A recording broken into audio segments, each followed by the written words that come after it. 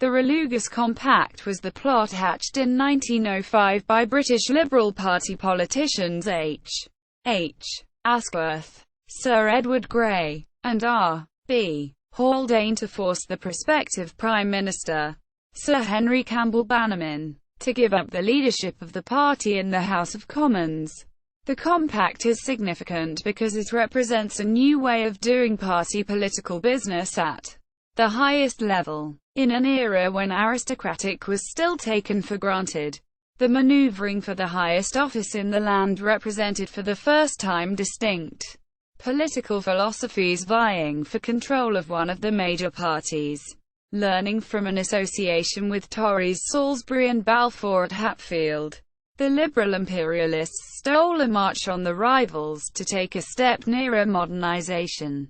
Moreover, they brought with them junior ministers such as Sidney, Buxton and Henry Fowler, making it look like a takeover from the Gladstonian Radicals, of which the aging Prime Minister was the last.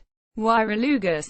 The name Relugas Compact comes from the meeting between three friends, the Liberal Imperialists Asquith, Grey, and Haldane in September 1905. Asquith had taken a country house in Glen of Rothes in Moray.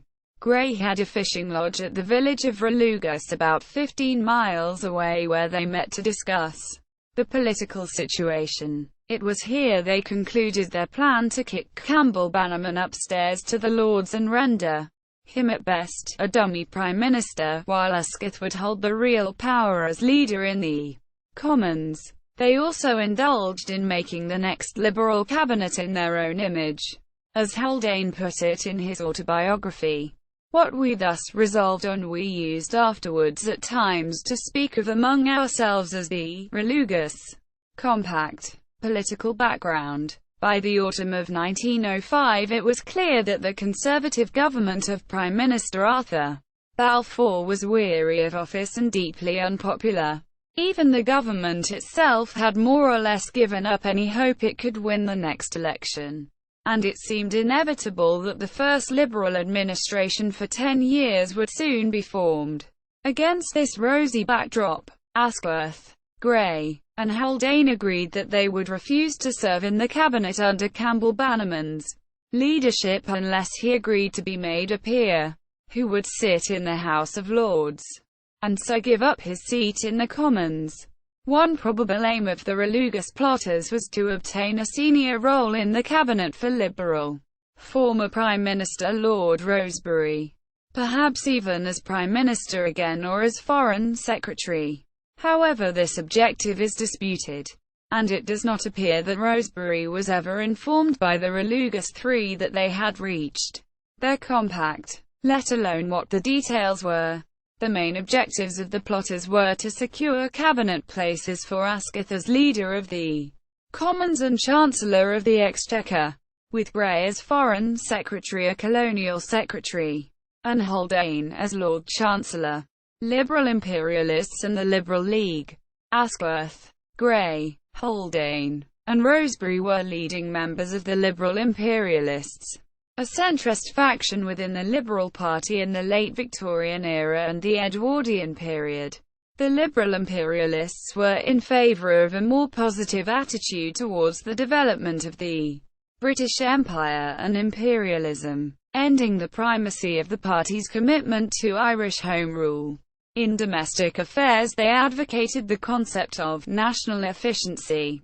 This policy was never definitively set out, but the implication in the speeches of its leading lights was that the Liberal Party in government should take action to improve the social conditions, the education, and the welfare of the population, as well as to reform aspects of the administration of government so as to maintain British economic, industrial and military competitiveness. Asquith and Grey were also tied to Rosebery through the Liberal League, a group set up in 1902 by Rosebery, of which Asquith and Grey were vice-presidents. The membership of the Liberal League was eclectic, however. According to H. G. Matthew, it included Liberal Imperialist MPs, a number of Fabians, Liberal landowners, imperialistically minded journalists and nonconformist ministers. The Liberal League, which was a successor organisation to the Liberal Imperialist Council, had as its aim the promotion of liberal imperialism and the policy of the clean slate. In a speech at Chesterfield in 1901, Lord Rosebery had told the Liberal Party that, after successive general elections defeats, being out of office for 6 years and more to come, it had to wipe clean its slate and to write upon it something of relevance for the present and not hark back to old policies. He was of course referring mainly to Irish Home Rule, but urged the adoption of the policy of national efficiency. The split between Rosebery and Campbell-Bannerman raised the possibility of the creation of a separate party of Liberal Imperialists led by Rosebery, based on the membership of the Liberal League, but the ending of the Boer War in 1902 took a lot of the sting out of the opposition between the Liberal Imperialists and the mainstream of the party. Although Rosebery himself never found it possible to reconcile himself to Campbell-Bannerman's leadership, the Liberal League was eventually wound up in 1910. Policy or personal ambition. While it is true that the Relugas plotters, especially Haldane, had reservations about the suitability of Campbell-Bannerman as the right man to lead the Liberal Party in a programme of social welfare and administrative reforms, there remains a doubt whether the Relugas Compact was really about the primacy of policy or whether it was more about the personal ambitions of the players. While the decline of the Conservative government in 1905 certainly gave the conspirators some added impetus, it is clear there had been a degree of forward planning by Asquith and Grey, although how much is difficult to disentangle from the normal intrigue and jostling for place that is inherent in politics. In January 1904, David Lloyd George had a meeting with Grey at his home at Haldane in Northumberland to talk about prospects for a forthcoming Liberal government.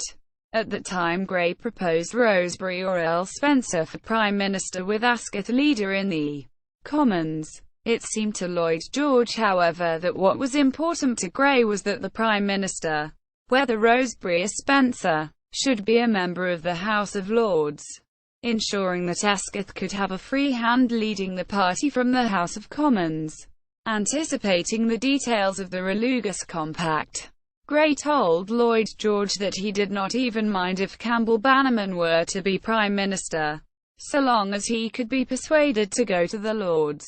As Lloyd George's biographer points out, the agreement at Relugas accorded almost exactly with what LG had picked up at the beginning of the year before. Rosebery's claim to the leadership could be ditched so long as Campbell-Bannerman would agree to go to the Lords, and the Liberal Imperialists and Liberal Leaguers would have secured 3 great offices of state for Asquith, Grey, and Haldane, with Asquith firmly in control in the Commons.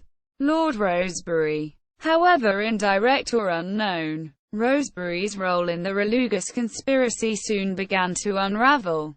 Asquith, Grey, and Haldane certainly saw an opportunity in late 1905 to end Rosebery's isolation, to bring him and Liberal Imperialist ideas back to the centre of politics, hoping at the same time that their programme would further damage the Conservative government. But Rosebery was not a reliable ally. He attacked Campbell-Bannerman too aggressively and publicly, and in a series of speeches in Cornwall, and in particular in his address at Bodmin on the 25th of November, he made a strong protest at Campbell-Bannerman's willingness as party leader to see progressive social and education reform subordinated to Irish Home Rule, which he saw as impractical, and ruled himself out of ever joining a Liberal administration with such priorities. The failure of Grey's ultimatum. Grey, however, having been the most lukewarm of the triumvirate of plotters in September, actually did have the courage to face up to Campbell-Bannerman. Although he had the advantage of being the least desirous of the 3 plotters for government office, Grey told Campbell-Bannerman he would not serve in his cabinet unless Campbell-Bannerman agreed to go to the House of Lords. This confrontation only seems to have strengthened Campbell-Bannerman's resolve to stay on, if he had not seen it before. He now began to realize that this move against him was more widely supported than some tactic of Haldane's alone. Campbell-Bannerman would not back down.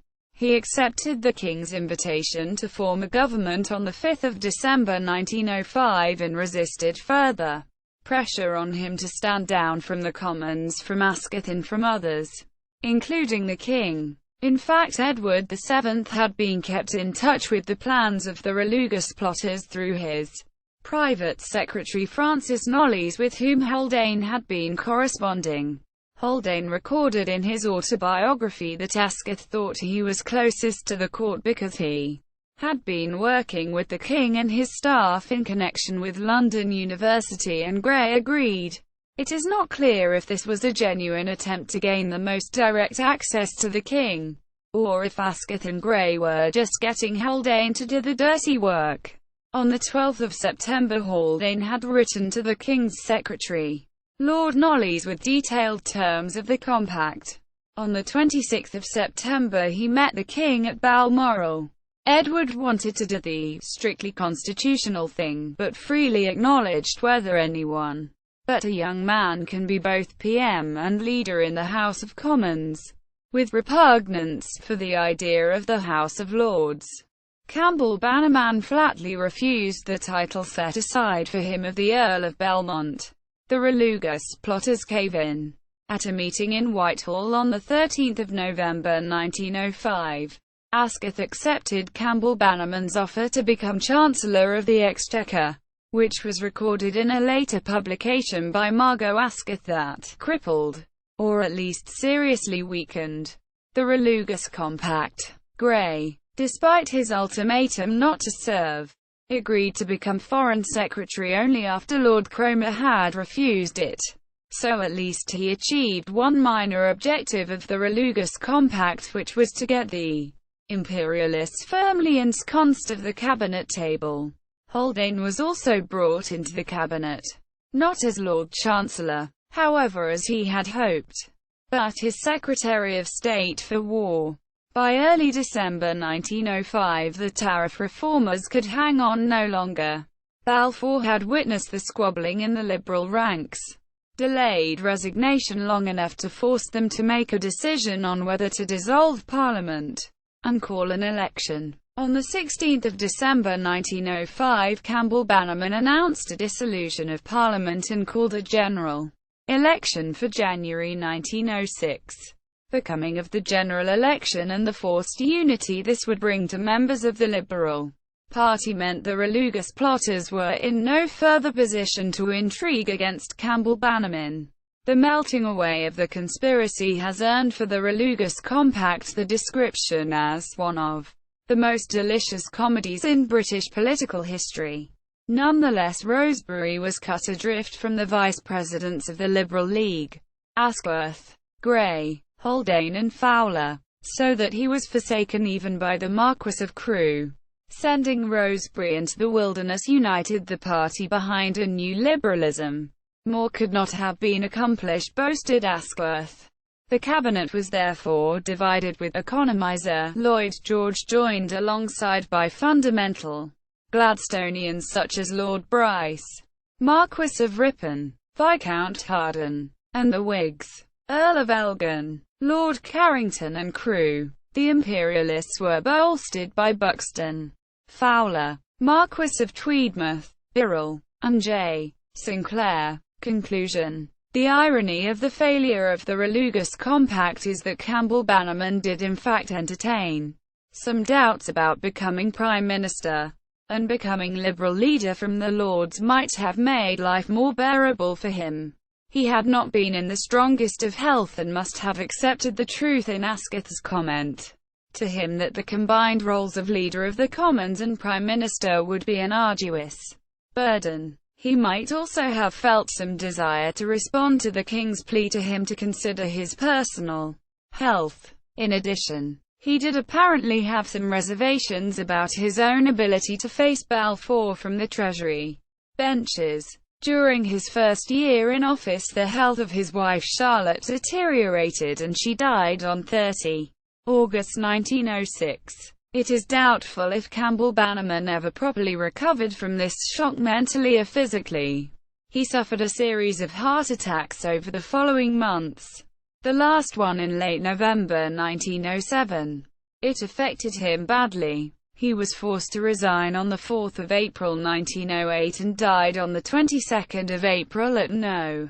10 Downing Street, aged 77. Asquith succeeded him as Prime Minister and retained Grey as Foreign Secretary and Haldane as War Secretary. He went on to lead one of the most successful reforming governments of the 20th century.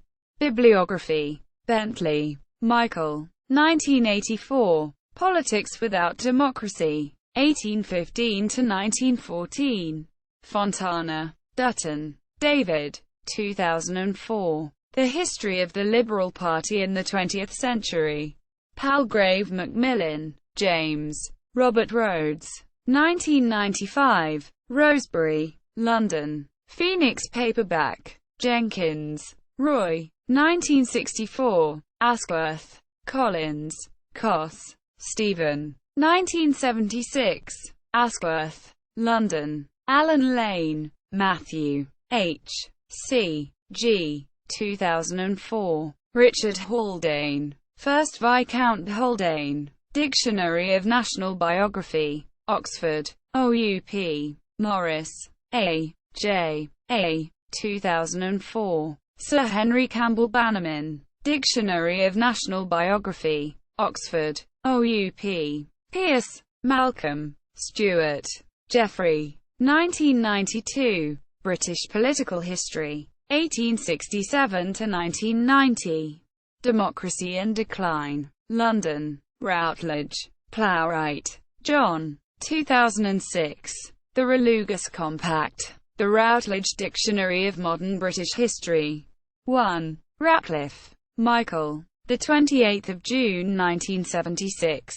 Review of Asquith by Stephen Koss.